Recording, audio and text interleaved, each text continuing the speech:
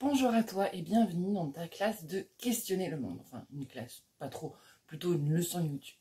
Pour cette leçon, tu ne vas avoir besoin de rien d'autre que de tes oreilles et de ta concentration maximale.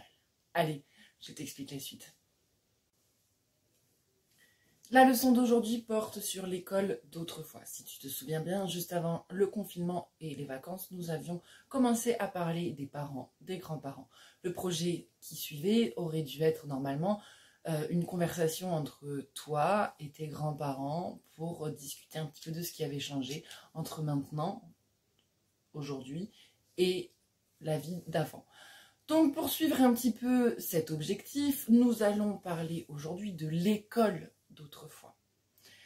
Beaucoup de choses ont changé en 100 ans. Est-ce que tu es prêt pour un petit voyage dans le temps? Allez, on y va. Pour cette première image, nous pouvons voir le dessin d'un écolier. Alors ici, il y a deux mots que tu ne connais pas, ou alors peut-être que tu les connais, je ne sais pas. Mais moi, je ne les connaissais pas. C'est une gibecière qui est un cartable en tissu et des galoches qui étaient des lourds souliers de cuir. Voilà comment un écolier s'habillait pour aller à l'école. Ah oui, et puis la culotte coupée sous le genou, c'est pas une culotte comme toi tu vois, c'est plutôt une culotte, un long short. Voilà, note bien les différences entre maintenant et aujourd'hui. Le cartable n'était pas le même. Voilà comment s'habillaient les écoliers il y a 100 ans. Pour les écolières, c'était à peu près la même chose, sauf qu'à la place des shorts, eh bien, c'était une robe. Maintenant, allons voir les salles de classe d'il y a 100 ans. Et voici une photo d'une salle de classe d'il y a 100 ans. Le tableau est noir, c'est-à-dire qu'il s'écrivait dessus à la craie. Le bureau du maître se situe devant les pupitres des élèves, toujours. Les pupitres des élèves, c'était des bureaux en bois où vous pouvez voir des petits trous blancs, c'est-à-dire que c'était dans ces trous qu'ils mettaient l'encre pour la plume. Et oui, ils n'écrivaient pas aussi au bic, mais à la plume. On peut aussi voir le poêle à bois qui chauffe la classe et les symboles de la République. Voici une deuxième photo d'une classe d'il y a 100 ans. Alors, vous pouvez voir toujours le bureau du maître devant les pupitres. Derrière le bureau du maître, il y a le tableau où il y a écrit « un problème ». Ce problème est écrit à la craie. De plus près, sur les pupitres, vous pouvez voir toujours ces trous blancs. C'est là où ils mettaient l'encre. Vous pouvez aussi voir au mur une carte de la France et sur la droite, des photos de classe. Maintenant, regardons un petit peu les manuels d'il y a 100 ans. Alors, vous pouvez voir les leçons d'orthographe, petits cours d'histoire, petits voyages en France, tout ça. C'est pas les mêmes dessins que maintenant. Et puis à droite, la fameuse ardoise noire où ils écrivaient à la craie. Et oui, les ardoises, comme vous avez maintenant avec des feutres ardoises, eh ben, ça n'existait pas encore. En regardant bien les pupitres des élèves, on voyait des trous blancs dans lesquels on mettait donc l'encre pour y tremper la plume. Mais alors, à quoi ça ressemble exactement, ces outils pour écrire, puisqu'ils n'utilisaient pas de stylo bic? Avec quoi est-ce qu'ils écrivaient, les élèves d'il y a 100 ans? Et voici les outils d'écriture de ces écoliers. En haut à gauche, vous avez les encriers dans lesquels ils venaient mettre l'encre. Ces encriers, ils les rangeaient dans leur pupitre. C'était ça, les ronds blancs qu'on voyait sur les photos. En bas à droite, vous avez les plumiers sur lesquels ils venaient mettre les plumes. Alors vous avez vu, il y en a plein de différentes des plumes. Ça leur permettait d'écrire d'une taille en fait différente en fonction de la plume. Et ensuite, ils le rangeaient dans leur plumier en bois. Cette photo nous montre une classe de garçons. Et oui, les écoles n'étaient pas mixtes avant, c'est-à-dire qu'il y avait d'un côté l'école des filles et d'un côté l'école des garçons. Donc cette photo, c'est dans une école de garçons. L'instituteur explique à ses élèves pendant une leçon d'écriture comment tenir leur porte-plume. Si vous regardez bien, ils tiennent leur porte-plume à 3 doigts, comme vous tenez votre stylo bleu.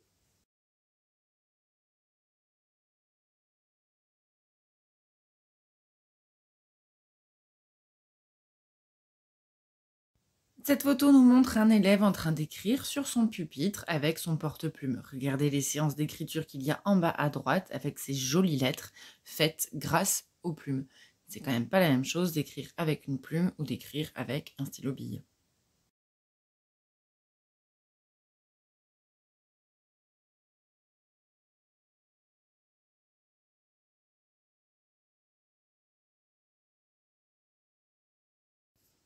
Maintenant, on passe aux punitions et aux récompenses. Alors avant, les punitions étaient quand même beaucoup plus sévères que maintenant. c'est-à-dire, enfin, sévère et même humiliante. C'est-à-dire qu'on leur mettait un bonnet d'âne sur la tête quand ils étaient mauvais élèves ou qu'ils mettaient un petit peu trop de bazar. Heureusement qu'on ne fait plus ça à l'école. Vous pouvez aussi voir le bon point ou un témoignage de satisfaction. Si l'élève travaillait bien, on le félicitait. Moi, je préfère quand même notre système avec le combat des îlots. C'était quand même plus intéressant de faire comme ça. En bas à droite, vous avez le certificat d'études primaires, c'est-à-dire que c'était un brevet, un certificat en fait, tout simplement. C'est-à-dire qu'on certifiait que vous aviez bien réussi toute votre école primaire, c'est-à-dire du CP au CM2. D'ailleurs, ça ne s'appelait pas comme ça. Le CM2, c'était la 7e. Le CM1, c'était la 8e. Le CE2, c'était la 9e. Le CE1, c'était la 10e. Et le CP, c'était la 11e. Tout à l'heure, nous avons vu une photo de classe de garçons. Voici une photo de classe de filles où elles apprennent à faire de la broderie. Les filles et les garçons n'étaient pas en classe ensemble. Il y avait d'un côté les filles, d'un côté les garçons. Les écoles n'étaient pas mixtes. Ici, les filles apprennent à faire de la broderie. Et puis, on s'est rendu compte que c'était quand même beaucoup plus intéressant d'avoir les filles et les garçons dans la même classe et que c'était aussi plus juste et plus équitable que tout le monde apprenne la même chose et que ce ne soit pas que les filles qui apprennent la broderie. Avant-dernière image de notre leçon de questionner le monde, les jeux dans la cour de récréation. Alors si vous voyez, les filles jouent à la marelle. Donc la marelle, ça n'a pas trop changé, vous le retrouvez encore dans certaines cours de récréation. Et puis il y a les cordes à sauter, les toupies et les billes. Alors ça, vous y jouez quand même aussi encore pas mal, même si c'est plus des toupies en bois, mais des toupies Beyblade. En haut à droite, ce sont des osselets. Alors ça, on les retrouve un petit peu moins dans les cours de récréation, mais tout le reste, ça n'a pas trop changé. Et voici notre dernière photo de notre leçon sur l'école d'autrefois. Alors sur cette photo, vous voyez les filles et les garçons qui sont habillés avec leur blouse. Et je me demande si il n'y a pas deux maîtresses, une pour les filles et une pour les garçons. Donc ça doit être probablement une photo d'école, puisque les écoles n'étaient pas mixtes.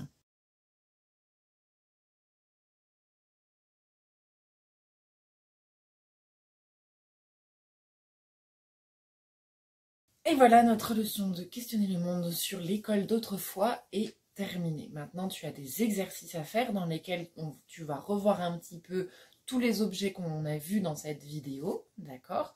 Et ensuite, tu as un texte à trous avec les mots à remplir. Voilà, c'est un peu une forme de leçon. Alors, fais ça tranquillement. Si tu as besoin de revenir sur la vidéo, tu n'hésites pas. En tout cas, bravo pour ta concentration sur cette vidéo. Et puis, je te dis à très bientôt!